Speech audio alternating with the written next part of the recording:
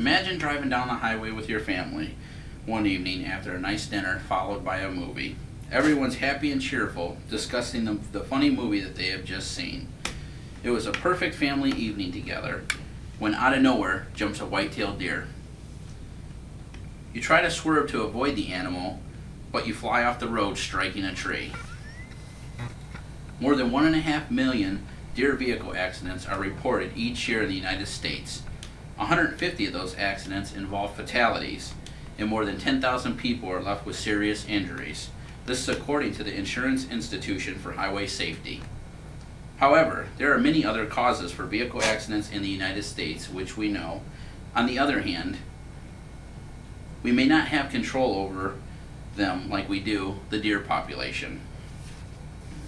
The deer population in North America was estimated at 30 million deer, and according to the Ohio Division of Wildlife, in 2007, the deer population in Ohio alone was at an all-time high of 700,000 deer.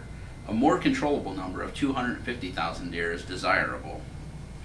What do these numbers mean to many of us?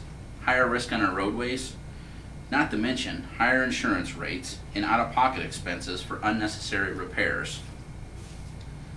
As you can see, an overpopulation of deer is not good for anyone, not even the deer themselves. Overpopulation also has an extreme impact on the deer. When the deer population exceeds the carrying capacity of land in which they live, this leads to social stress and starvation for many deer in the herd. What we end up with is a substantial amount of deer competing for a limited amount of food source, thus causing the deer to be under a lot of social stress along with starvation. Like humans, deer are healthier when they are under less stress.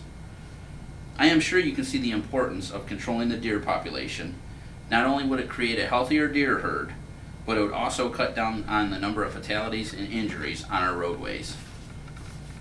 Each and every one of us can help control the number of fatalities and injuries involving deer vehicle collisions simply by supporting deer hunting as a measure for controlling the deer population. Although thousands of acres of land are available to hunt across North America, it's not enough. In most cases, when deer hunting opens, the deer they just simply run into adjacent land where they know that they're being protected by landowners that will not grant hunters permission to hunt their land. So if you are a landowner, yes, you too can make a difference simply by allowing a hunter permission to hunt your land. Controlled deer hunts are another way to help control the deer population. The Ohio Division of Wildlife, they realize that there's a big problem with the rising numbers of deer, so each year they put on controlled deer hunts. These deer hunts take place in state parks and other overpopulated areas which are normally off limits to deer hunting. Many people don't realize an overpopulation of deer exists. They only see the people in orange going around killing Bambi, so many of them oppose these hunts, when in reality they should be supporting them. Now you know how to help control the deer population, but what would happen if everybody decides not to take action?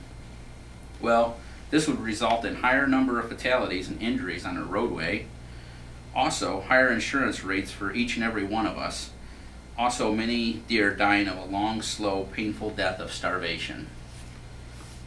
Today I explained to you the importance of deer hunting. We first discussed the population size currently and the desirable numbers we'd like to achieve and maintain.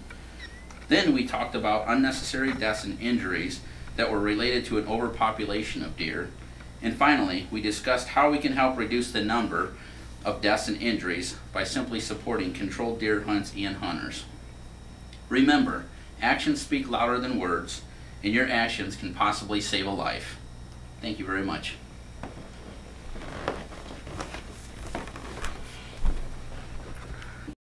Stop on Lewis Avenue 2 weeks ago.